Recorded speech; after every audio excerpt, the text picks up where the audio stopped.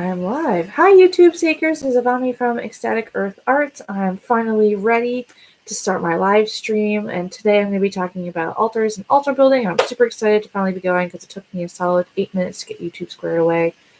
So let's just jump right in because I have some people that are already waiting. All right. So first of all, let's talk about altars. What is an altar? According to she used to be popular, pagan author by the name of Amber Wolf. I found this quote and I really wanted to use it. Hi, Sarah. Was glad you make it. Hi, Jessica. Your perfect timing. I literally took like 10 minutes to get YouTube set up. It was being less cooperative than usual, so you guys haven't missed a thing. I was just about to talk about what an altar is, just getting to the whole thing. So yay. All right. So what is an altar? According to a formerly, maybe currently, I'm not sure, a popular pagan author. Her name was Amber Wolf. I found this quote in her book, and I thought that it was really appropriate, and I wanted to share it with you guys because I don't think I could have said it more succinctly myself. She said, "When you do anything in reverence, honor, or celebration, you have created an altar of sorts. Just placing an offering at the base of a beautiful rock or tree makes that sacred altar space." My husband is here, so I have to say hi to him too. Hi, Tony.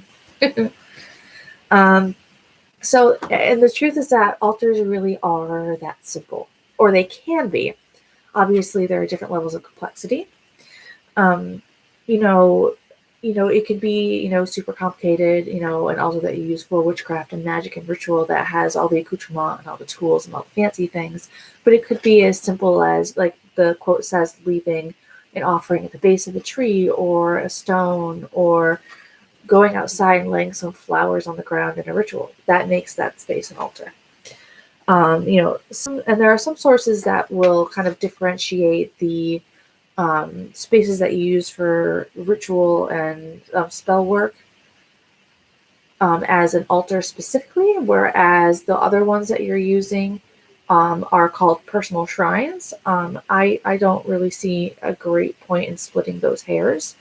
But if that is a difference in semantics that makes a difference to you, by all means, feel free to, adjust your personal terminology accordingly. The next question, other than, what is an altar, because I don't think most of the people that are here are wondering that, is why should I have one? What's the purpose of it? The whole purpose of having an altar is to have an area of that actually helps you to focus your energy when you're doing all of your spiritual, religious, I hate to use the word religious, but your spiritual work. Even if it's not an altar that you're actually doing something at, it is still going to be something that you're looking at on a regular basis. It's going to trigger certain thoughts or feelings inside of you, and that's really the whole point. So it could literally just be something that's a personal shrine that you think is pretty, and you like looking at the stuff there and seeing it all in one place. Hi, Jackie. Glad you could make it. We're just talking about what altars are for and why I think that they are a valuable thing to create within your personal space. Some other reasons to use altars, other than obviously for your, spiritual work, are things like I was just saying, having it in a place, it's pretty stuff to look at. Maybe you put things there that are a reminder of who you identify as a person. So a way to remind you of being your authentic self. Hey, Brian, glad you can make it. We're talking about altars and altar building and some other reasons other than spiritual purposes for why you might have one. You might also choose to build altars to honor land spirits or fairies or ancestors or whatever spirits you personally might be working with. Or specific energies you might like to work with. Devic spirits, which if you're not familiar with devas, they have to do with they're plant spirits. So like there's a deva for dandelions, and a deva for tulips, and a deva for periwinkle. So this is more of one overarching being that is in charge of all of that particular type of plant or herb or what have you.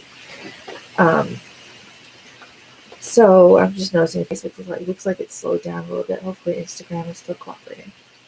And of course, finally, another thing you might want to have an altar for, other than working with specific energies, is to build an altar that is intended to help you work on a specific goal or an intention. So it's like an intention altar. And then, now that now that we have some ideas of what you might use it for, the next question becomes, well, where do I put it? Obviously, if you're using it for spells or rituals, you're going to want to put it someplace where you like to do those things. For some people, that's going to be your bedroom, or for others, that might be, like, do I have that here? Obviously, some of it might depend. You could put it on a computer desk if you're doing a lot of technological stuff, or you're using your computers in your ritual, which is not, and especially nowadays with all this distance stuff, is a lot more common than ever. Or you might put it on a bookshelf. Just some quick suggestions. And of course, it's going to depend on the type of practice that you have too. If you are a green witch, you might have an apothecary space set up in your kitchen or your dining room. Obviously, if you're a kitchen witch and you're working a lot with cooking and food, you might be more inclined to do it or put it in your kitchen. Obviously, though, if you are not super open about with your family, you're worried about people, that might come to your house seeing it and being like, "Ooh, what's that?" You don't have to put it somewhere that public. You can always put it somewhere that's a little more private if that's what's more comfortable for you. Those are just some ideas and some suggestions of what I would kind of just throw out there. And if you have pets, or hey, Dylan, we're talking about where good places are to put altars. Obviously, if you have pets or small children, that's something you're going to have to take into consideration. There are lots of altars that, especially when I had my first child, that temporarily ceased to exist entirely because I was living in a space where I didn't have a lot of choices. So they just, kind of went away for a while. But obviously, if you've got kids, you're going to want to make sure that you are putting them up and out of their reach. So places like that might be on top of dressers or up on bookshelves. Obviously, places where kids can. You've got cats. I'm sorry, because there's not a whole lot that you can do, because obviously cats can jump up really high. For a long while, I had an altar up on one of those tall dressers, because that was one of the only places that my cats didn't really jump onto. Obviously, it made it a lot more difficult to use it practically, but it was still something that was there. I still felt like I had it set up somewhere.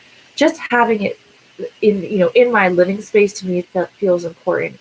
Having it as, if not a literal focus of my work, like I'm not necessarily using my tools or doing ritual at it, it's still something that's in my space that I can look at to be like, oh yeah, that's who I am. That's my personality. That's my authentic self. I like seeing that there. I like seeing all of my special things in one place. It makes me happy.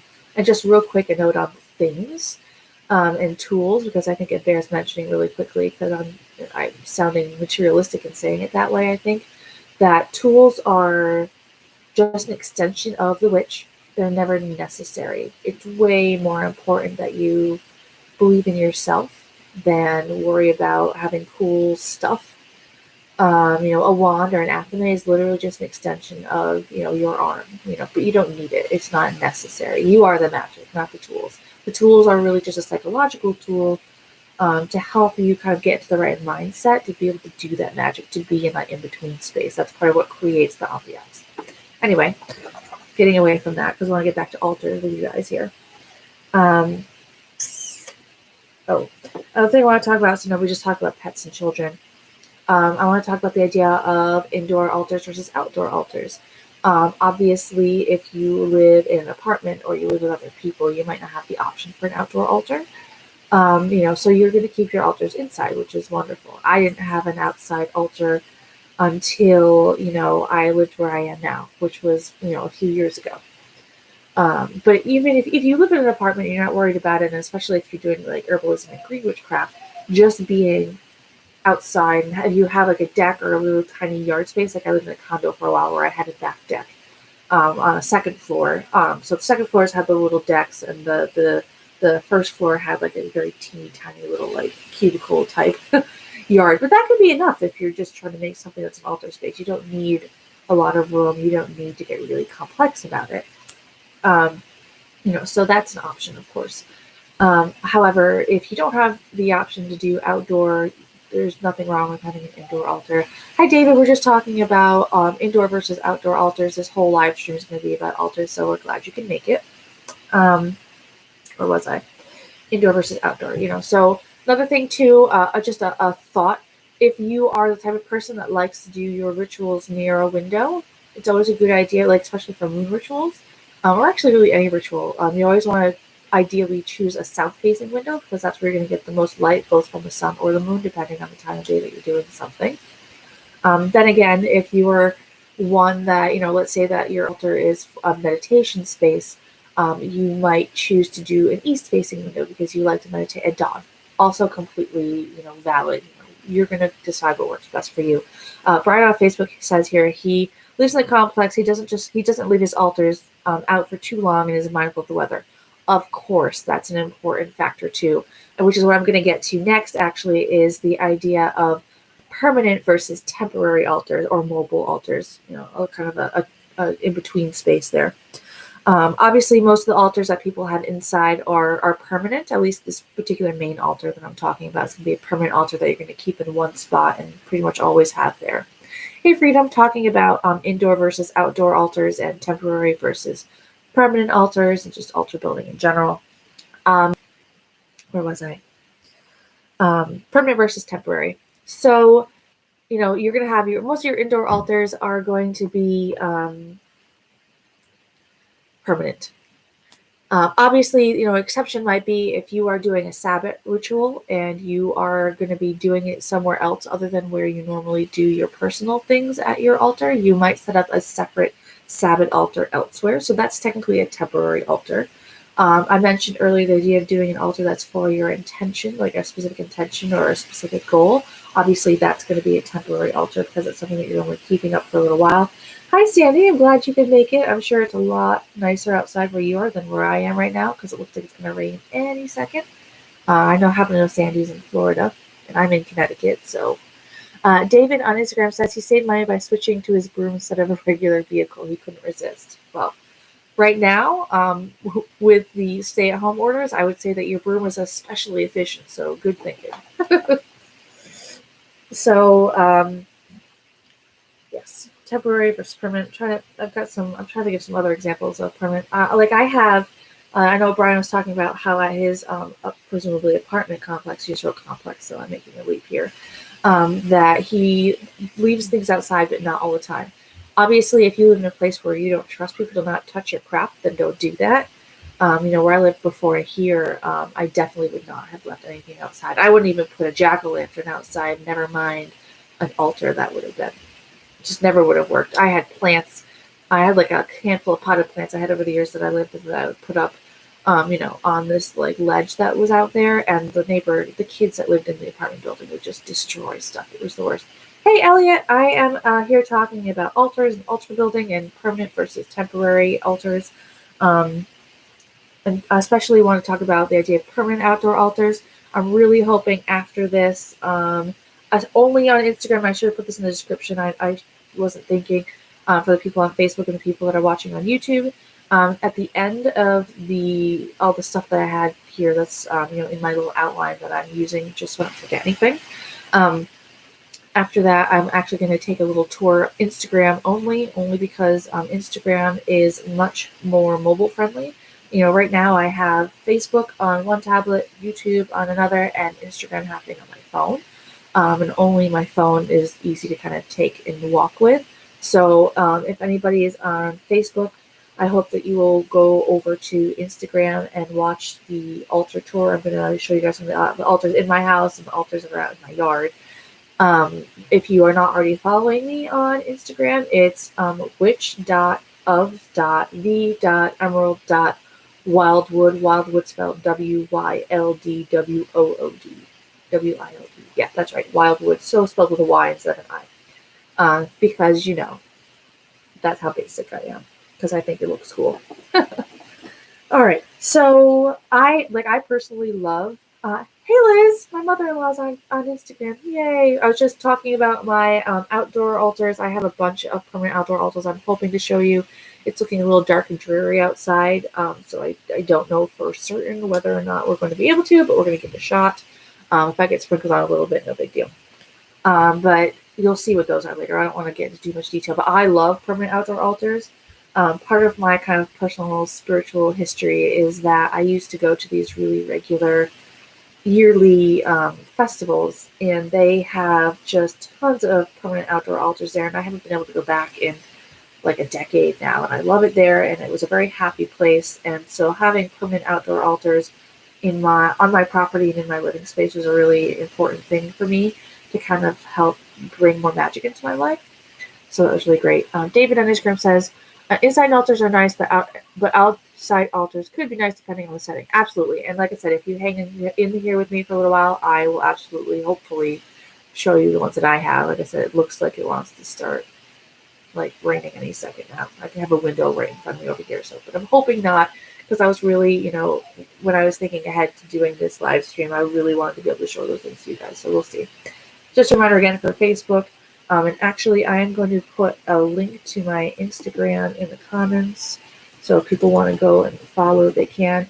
I'm sure people are going to ask me, can I follow from my web browser? And the answer is I have no idea. I doubt it. Obviously, you can always download Instagram and get an account, which I highly recommend because I think Instagram is a lot of fun. And I actually tend to post some things on Instagram that I don't put on Facebook just because I'd like to keep things interesting like that. I said the.witch. That was wrong. It's just witch. Forgive me. Hey, Cole, I am just posting my Instagram in the comments here because after I finish up here on Facebook and I have a YouTube going over, I am going to do a tour of the altars in my house, and I'm going to be doing it only on Instagram, and I don't want anybody to miss it. So we'll just be, emerald. That's important. All right. Hopefully that works. I'm going to click it myself to see if it does what I want it to do. It does. All right. That link absolutely works. So feel free to click on over and follow me on Instagram so you don't miss any of that. Okay, moving on. So next question. What do you put on your altar and how do you arrange it? First of all, I want to talk about the idea of altar shape because in some traditions and according to some authors and different people, that's important to them. Some people say your altar should always be square. A square has four sides. Obviously, I know you guys all know that, but a square has four sides. So it is representative of the four elements. Some people like to have that sort of parallel energy happening. Alternatively, some people say your altar should always be round because it's around like the cycles of the year or the cycles of life, or around like the moon, or around like the goddess, in relationship to the moon or relationship to the earth. If you know anything about planetary symbols, both the moon, the sun and the earth are both round symbols. One has a dot in the middle, one has the equal arm cross. So it really depends on your personal preference. I'm not overly picky. There are, of course, lots of people, like myself included, that say, who cares? It doesn't really matter. I say put your altar where you want to put it, where it works for you. It can be square, round, rectangular. It could be a hexagon for all I care. It could be a flat piece of ground that's really no particular shape at all. You're going to do whatever feels right to you, and that is cool. And then, of course, what you put on it in general is going to depend on what you're using it for, what your intention is with it. What do I have here? It depends on. So if you're using it for witchcraft in particular, witchcraft and Wicca have very kind of specific rules about where you're supposed to put everything on your altar and what things you're supposed to put on your altar. Some common tools that are used, and I'm not going to go into too much detail, I'm just going to kind of list them, and if you guys have questions later, you can ask, and I'm sure at some point in the future I will do a video about altar tools or specific tools if people have more questions. But common things include a wand, an athame, a chalice or a goblet or a cup, a fancy cup, a cauldron, candles, a representation of the god and the goddess, representations of the elements, usually a pentacle, a bell are also common. I actually have an altar in front of me that I'm kind of using for inspiration. I'm actually not going to show you guys that one altar. Just, as a real quick note, some people feel comfortable sharing their altars in pictures and some people don't. And I actually find that some of my altars don't like to be seen and some of them do. This one does not like to be seen. It is a private altar that is mine and my husband's actually. Every once in a while I'll show kind of macro shots of things on it, but I've never just shared that whole altar just because it doesn't like to be seen. It is private, and that's okay. If I'm ever posting things like, oh, show me your altars, please don't ever feel pressured because I have altars that I won't share too. So you do whatever you're comfortable with, and that's perfectly all right. I have this kind of weird thing about, and I recognize that this is kind of dated of me probably, I am a little weird about when people like post photographs of their spells when they're doing in the middle of doing them, or videos during ritual, or photographs of their working altars. To me, that's a little odd. I feel like, there's this idea in the craft, it says to know, to will, to dare, and to keep silent. And I know there's a name for that. If my mother-in-law was watching, she probably could tell me what that saying is from. I can't remember. But to me, that is almost like an overshare. It's a violation. I would say, like there's a right and a wrong. But to me personally, it feels a little bit of like an overshare. Like it's kind of violating the whole to keep silent thing. I think there are some things that are important to keep to yourself, and that when you let them out to the public view, it dilutes the magic a little bit. It dilutes the intention. There's so many eyes on it and so many people throwing intentions into the same thing now that it doesn't really work the same way. But that's just me. Moving on from that, as far as the tools go, I was talking about different altar tools. Some common ideas about the way that you're supposed to arrange them. There's kind of two main schools of thought. One of them says that you always want to put all the all the feminine items on the left-hand side of the altar and all the masculine items on the right-hand side of the altar. And obviously, my mother-in-law says they're called the tenets of witchcraft. Now we all know. Thank you very much. And you should know, Liz, that the only reason why I even remembered all four of them correctly like that is because I've been studying your correspondence list lately for my artwork. Hey, Plants of Light, glad you can join us. We're talking about different altar tools and how people choose to arrange them on their altars, and the idea of having a feminine side and a masculine side, which is just one way that people choose to do it. For example, I want to give you kind of an idea. I don't want to go into it too much, but the idea of like, well, how do I know what tools are masculine and feminine, especially if you're new? As a generalization, I would say use your imagination. Like, for example, let's use two specific examples. The chalice and the blade, which are commonly used in a part of the ritual called the Great Rite, in which the blade is lowered into the cup. I think we can all use our imagination as to what that's supposed to be symbolizing. Obviously, the cup in this situation is the feminine, and the athame is the masculine. So, you can kind of figure out what other things might be, basically based on shape and action and what you do with them. If it's a projective energy that you're creating with it, then it's probably masculine. If it's a receptive energy or it's holding, it's generally feminine.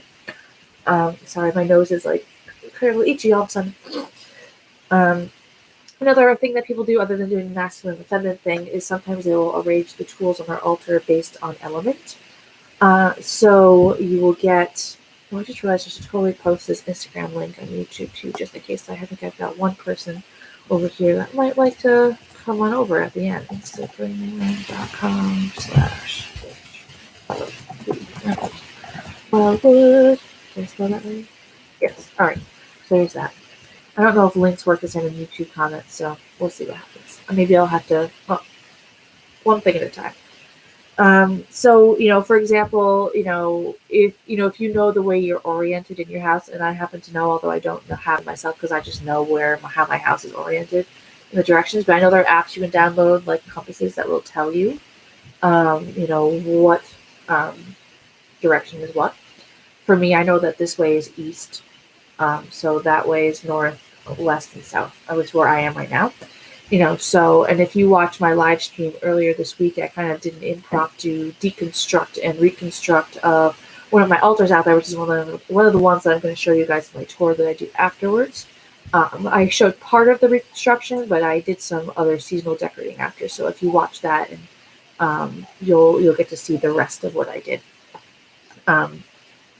So, once you know what direction is, you can put all of the tools that are associated with the east, or the element of air, in the east of the altar, and the things that are associated with water in the west, and the things associated with the north, with earth in the north. For example, crystals might go in the north. Feathers would go in the east. South would be a candle, for example. West might be a seashell, or your chalice. Again, it is another water, feminine thing. Generally, earth and water are considered feminine, and air and fire are considered masculine. There are some, if you have any books at all, and I'm going to go out on a limb and assume that a lot of the folks that are watching right now have books about witchcraft. Most books go into significant detail with the idea of how you should arrange very specifically those items. Every tradition has a different idea about where exactly different things are going to go. Some of them include extra things other than the items I mentioned before, such as illuminator candles, which are really just a very practical addition to make sure that you can see if you're doing spells or rituals in the dark. Some of them also are really important about having space for your book shadows so that you can have, your rituals or your spells or whatever right in front of your face while you're doing them, which makes a lot of sense. Again, depending on where you're putting your altar, that may or may not be a luxury that you can afford, so to speak, based on space. It's okay if you don't have room for your book of shadows or for all of your things. You're going to do what you can with the space that you have available. If you need to keep your book or your spells or whatever in your lap while your altar's in front of you, that's fine. And that's true of anybody, I think, even if you are following a specific tradition. Like, yes, they're going to tell you this is the way you need to do it, but at the same time, I think that if you were to really talk to someone who's in the middle of doing it, they're going to tell you that there's absolutely a little bit of latitude, to account for differences in space and accommodation. Some other things that are usually on your altar, which is, I think I did say representations of the god and goddess. That's important. I didn't say that already. Right. And then as far as personal shrines, so that's witchcraft specific, Wicca specific altars. If you're looking at building altars that are not specifically for that, a music stand for your book of shadows, yes, you could absolutely use a music stand. That's my mother-in-law was suggesting that. I happen to know that she does that frequently because her book of shadows is a 3-ring binder, so she can do that. My book of shadows is really hefty. I'll grab it because it's really pretty and I like showing it off. Hold on. So my book of shadows is quite heavy. I definitely could not just put it on a music stand because it would very quickly fall right off. So I actually bought myself a special book stand for that purpose. All right. So this is my book. It is actually a 3-ring book of shadows, but it is a very fancy 3-ring book of shadows. So this, I like showing it off because the people that make these books have been doing so for like a decade now, and they're not super social media friendly because they're older, and so I feel like they need the promotion because only people who have been around for a while like me even know about them anymore. They don't have an Instagram, they don't have a Facebook, they don't have any of that stuff. They have a website. So unless you know about them, then they're hard to find. But this is my book Shadows. I love it. It's beautiful. My husband has one too, but his doesn't have anything in it just yet. But I want to show you the back of it. So you can see here that there's these rivets. So these are actually little screws. They come undone. And so you can actually pull things in and out of here. But I need a special stand for this. So when I often have to set up my rituals, like a separate altar for it somewhere else, not, here in this altar here. So sometimes I have space for that book. Sometimes I don't. More often than not, because it is a rather large item, as you just saw, I tend to not put the rituals in my book until after they're come and gone. So I just literally have a piece of paper like this to work with. It's smaller and it's a little bit more convenient.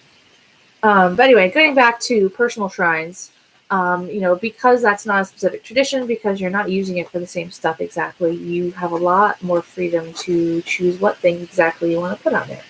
If you're doing it as a personal shrine, just like these are pretty things that I like to look at that make me feel happy, which is totally valid, by the way.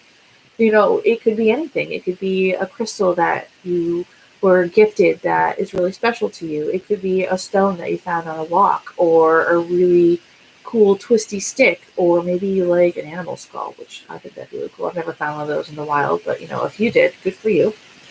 And of course, if you're doing an altar that's supposed to be for fairies or ancestors or elements or what have you, you're going to want to put things on that altar that represent that thing.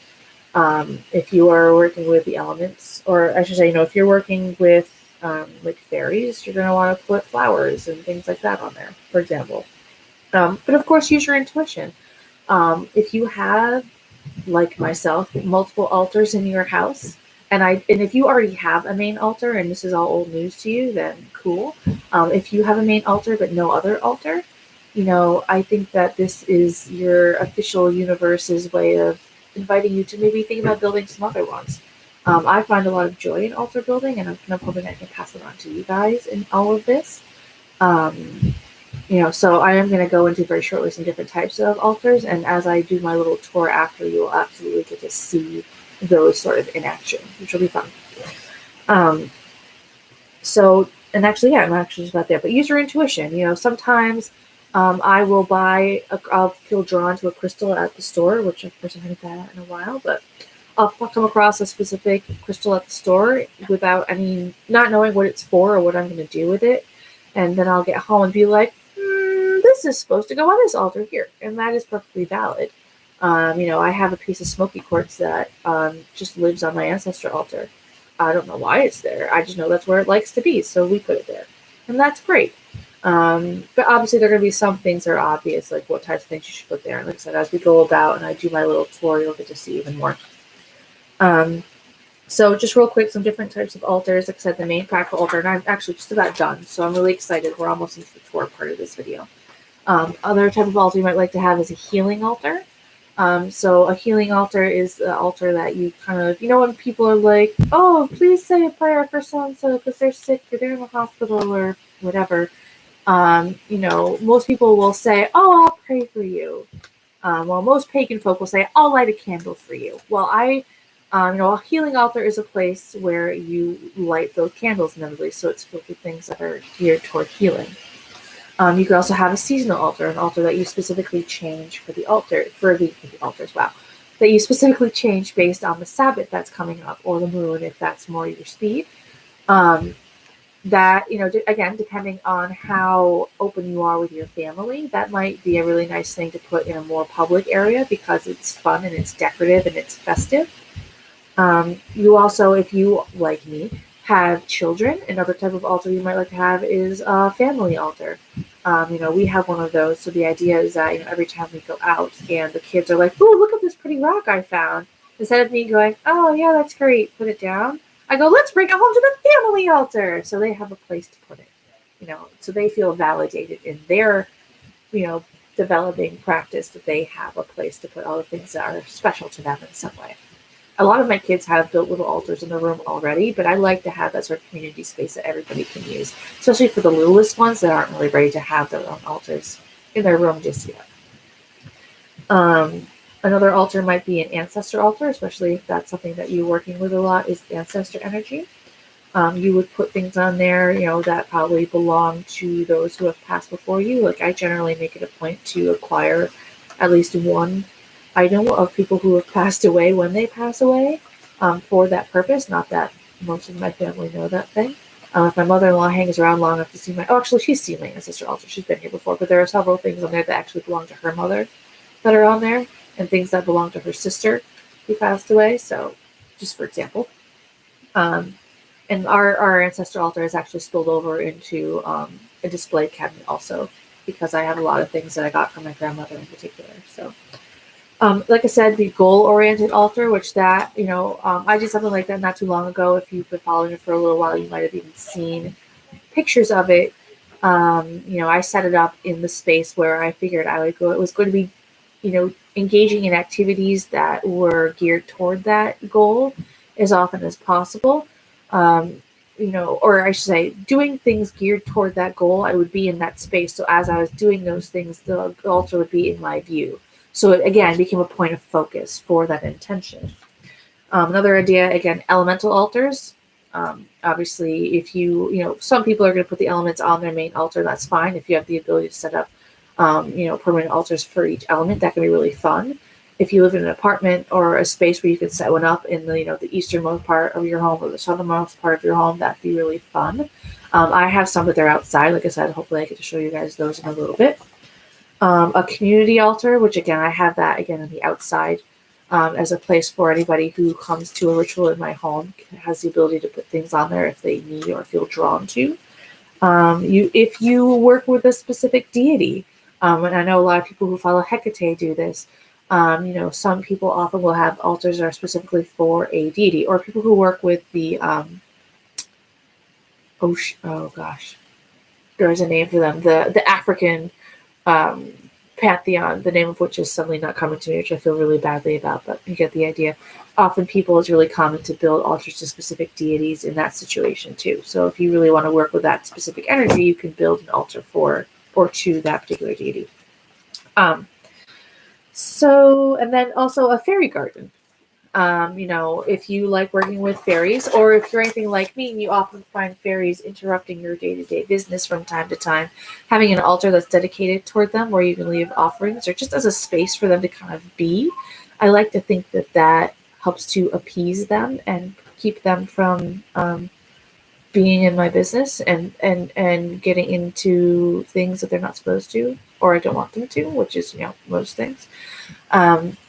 Things that fairies like for offerings are like milk, honey, shiny, sparkly things. Obviously, if it's outside, you don't want to use anything that isn't biodegradable. I talked about that at good length in my Beltane video, so if you haven't seen that, you can find it on YouTube. So that's all I have on my page. Before I switch to Instagram only, I want to make sure that anybody doesn't have any questions they want to ask me here. Obviously, if you're moving over to Instagram, Instagram does have the ability for you to ask questions there too, but if there's anybody who doesn't want to follow, I want to make sure that I answer those questions before I wrap up. So I'm going to give it a second and see what people have to say. I'm just looking around my room to be like, there are lots of places in here that are kind of pseudo altars that aren't altars. I also, another thing, while people are thinking about typing, I'll mention this, the idea of mobile altars. I mentioned it, but I didn't talk about it a whole lot. That's a really common thing for people who work with shamanic practice. They'll have a medicine bag or a medicine bundle that has a lot of sacred objects inside of it that they can use or lay out when they go to a different place. Some systems, especially like South American ones, their bundles actually include usually those things are wrapped up in a bundle in there. What they use is their altar cloth, which is sort of convenient, so you could set that up anywhere. I kind of have a pet idea rolling around in my head about creating altar kits that contain pretty much all the fixings that people might need, altar, like elemental stones, which are in my shop now that I just released, I think earlier this week, that I'm super in love with. That are made to order. So if you haven't checked it out yet, totally do that thing. I will put a link. Ooh, Sarah is asking, I was wondering what made me want to set up my first altar way back when. That's a cool question. When I first started doing witchcraft and investigating and learning about Wicca, obviously everything I read said to set up an altar. So I did. Obviously, I had to acquire all of the things, and I bought like a dagger at a street festival that I went to that I used as my athame for a while, which is on one of the altars out there, so you'll get to see that. I started making wands really early in my practice, although it's changed a little bit how I do it since. So I just, I think especially when you're first starting as a witch, acquiring all the stuff is just really fun and exciting. And so now it's just like a natural extension of that to want to find a place to put it all. So it was really just part of the whole experience of being a baby witch and just getting my practice settled into where I was comfortable with it. Mobile altars. Like I said, I'm looking at putting one together. I was thinking I could, so the altar stones, and I was thinking of making like little mini wands because I had a crap ton of apple wood. Which is actually supposed to be really good for wands and not really easy to come by usually. So some miniature wands. I actually have also dabbled in making statues. So I was thinking I can make a little mini god and goddess statue. And then, of course, I'm going to have to track down some pretty boxes to put them in. And I'm really excited about the idea, but I have a little ways to go. I have some other ideas to explore first. I'm kind of full up for ideas until like summer solstice. So once I get all my solstice stuff taken care of, maybe I can move on to that idea. I kind of have like a rotating idea, like list of ideas to work with like all the time. And I'm always like 3 or 4 projects in front of me, like all the time. But hopefully that answers your question, Sarah. Does anybody else have anything for me before I close up on Facebook and on YouTube? I'm hoping that people come and see me on Instagram. I really want to show you my altars. I think that'd be really fun. I was really excited. Like I said, I had this idea for this live stream like weeks ago, and I was like, ooh, I can show you my altars. That'd be super fun. So I really hope that other people enjoy it too. There's a little bit of a delay. I don't know how big the delay is on Instagram and YouTube, but there's a delay on Facebook. So I want to give it a second to make sure that people aren't, typing. Give it a few more minutes, and then I will call it.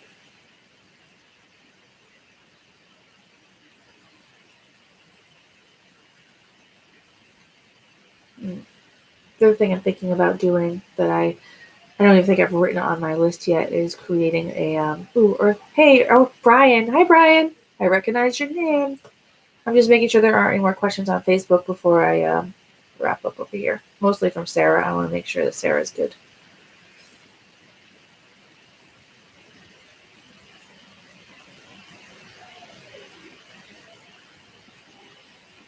All right. Well, I think we're good. All right. I'm gonna post this link to the Instagram. I think one more time in the comments over here, just because I want to be at the bottom. Actually, you know what? I'm gonna add it to the description too if it'll let me. Ooh. Oh, I see. I can pin a comment. So let me write this. Hold on. Home. Join the rest of the action with the live altar tour on. Oops, I can spell. Tour on Instagram following this live stream.